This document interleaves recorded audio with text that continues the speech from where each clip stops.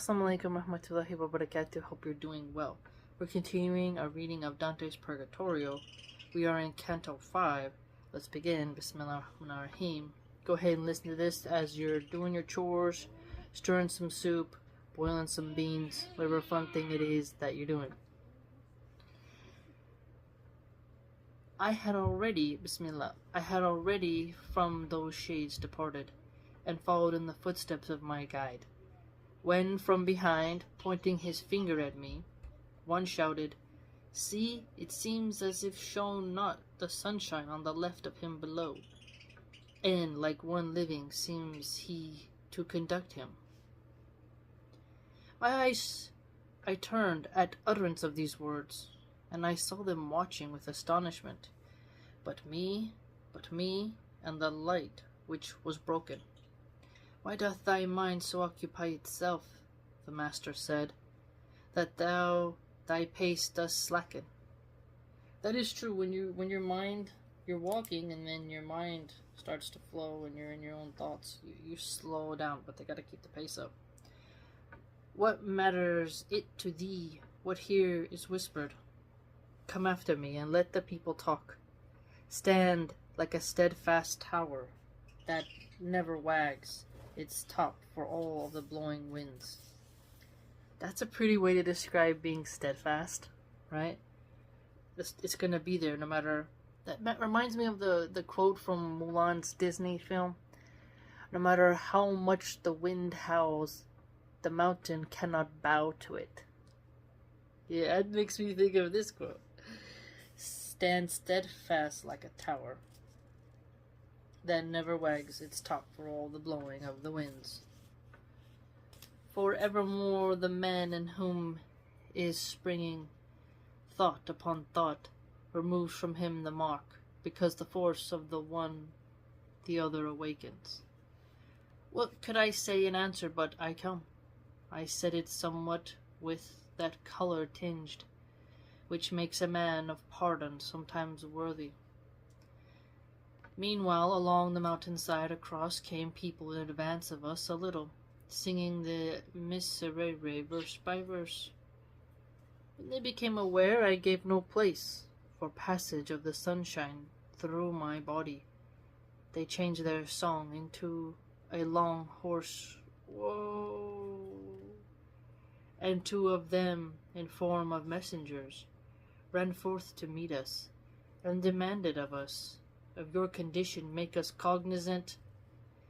And said my master, "Ye can go your way, and carry back again to those who sent you, that this one's body is of very flesh." If they stood still because they saw his shadow, as I suppose enough is answered them, him let them honor, it may profit them. Vapors enkindled saw I ne'er so swiftly at early nightfall cleave the air serene, nor at the set of sun the clouds of August, but upward they returned in brief time, and on arriving with the others wheeled towards us, like troops that run without a rein. Troops that run without a rein. So, if you're not in formation, you're not being guided, not being honed in and solidified, it's kind of more of a dispersion. Right? If you're marching, but then if you're running, you're more scattered.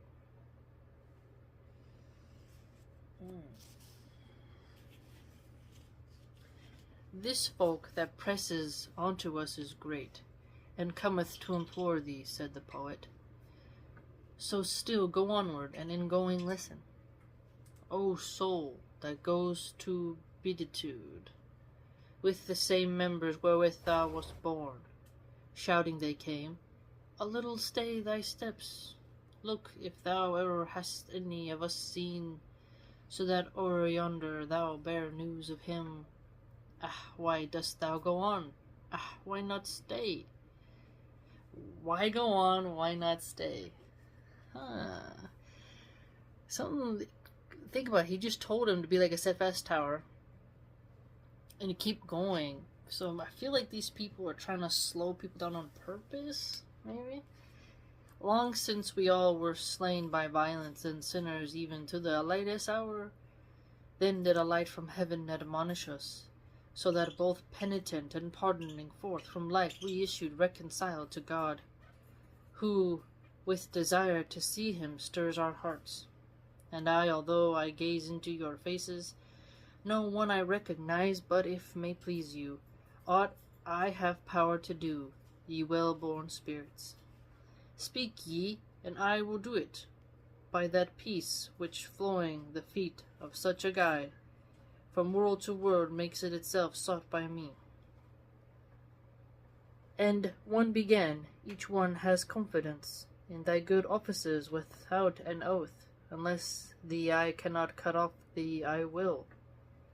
Whence I, who speak alone before the others, pray thee, if ever thou dost see the land that twixt Romagna lies and that of Charles, thou would be so courteous to me of thy prayers, in Fano, that they pray for me devoutly, that I may purge away my grave offences. Purge away my grave offences.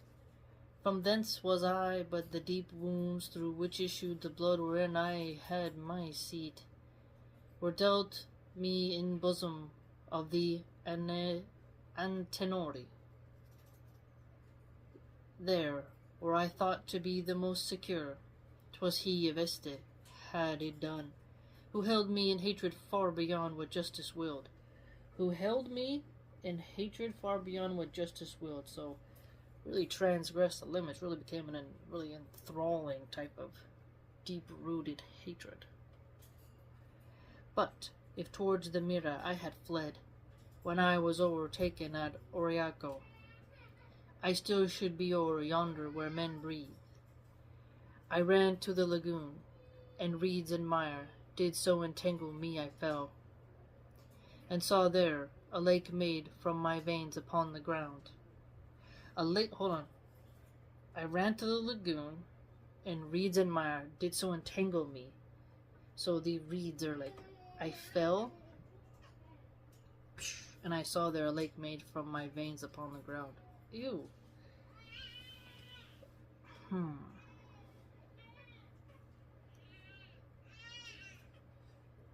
Interesting. If you're entangled in some of that deep water, it would be quite gross. Then said another, Ah, be that desire fulfilled that draws thee to thy lofty mountain, as thou with pious pity aids mine. Pious pity. Pious pity. Now this shows the different kinds of pity. Different kinds of pity. There's like pity that's like, oh, you're just disgusting. And then there's like, oh. And then there's like people who are like, don't you pity me? You know, they don't want to be pitied. I was of Montefeltro and am Buonconte. Giovanna, nor none of others cares for me. Hence among these I go without downcast front. Without downcast front, like this. Downcast. And I to him, what violence or what chance led thee astray so far from Campaldino, that never has thy sepulchre been known? Oh, he replied, at Constantino's foot, a river crosses named Arciano, born above the Hermitage in Apennine.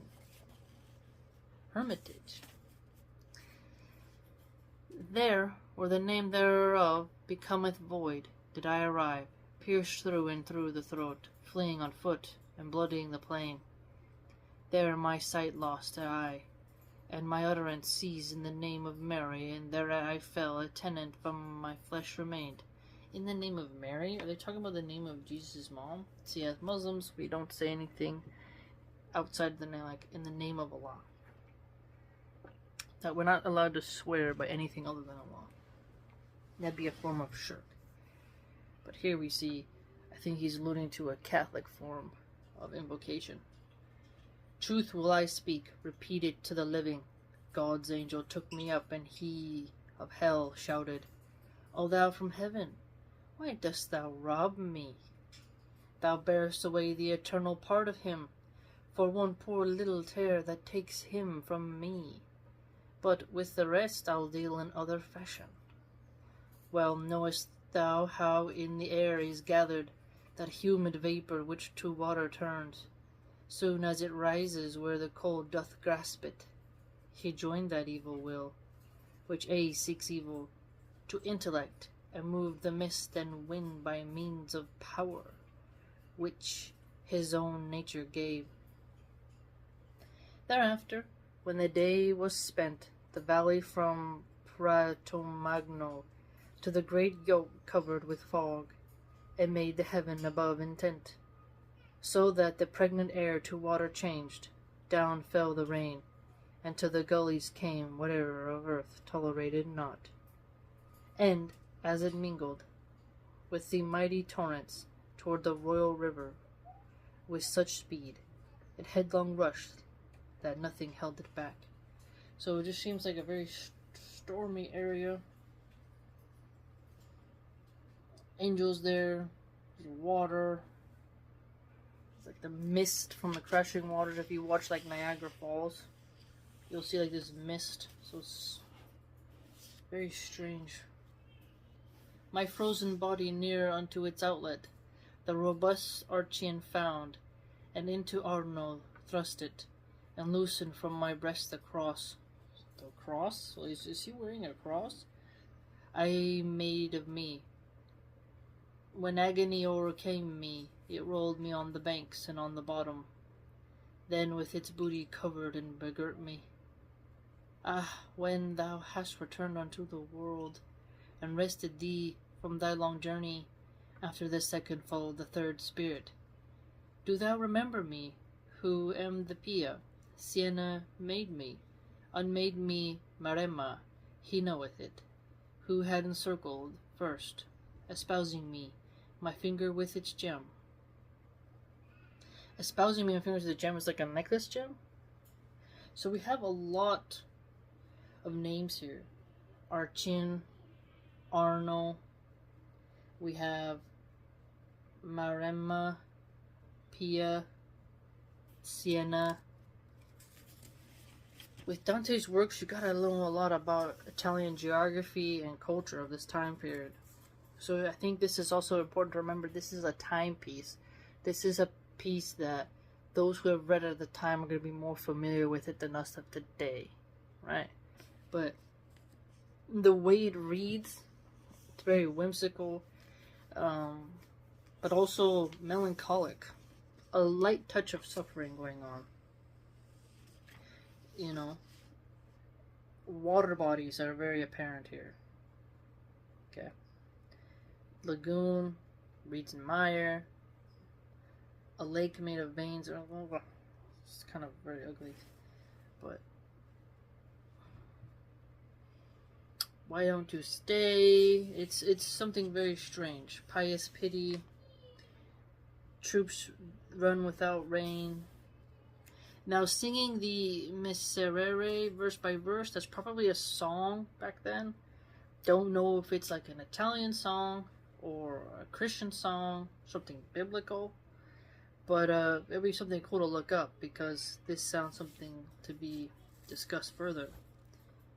Of your condition make us cognizant, so informing us of your mood, your current state of being.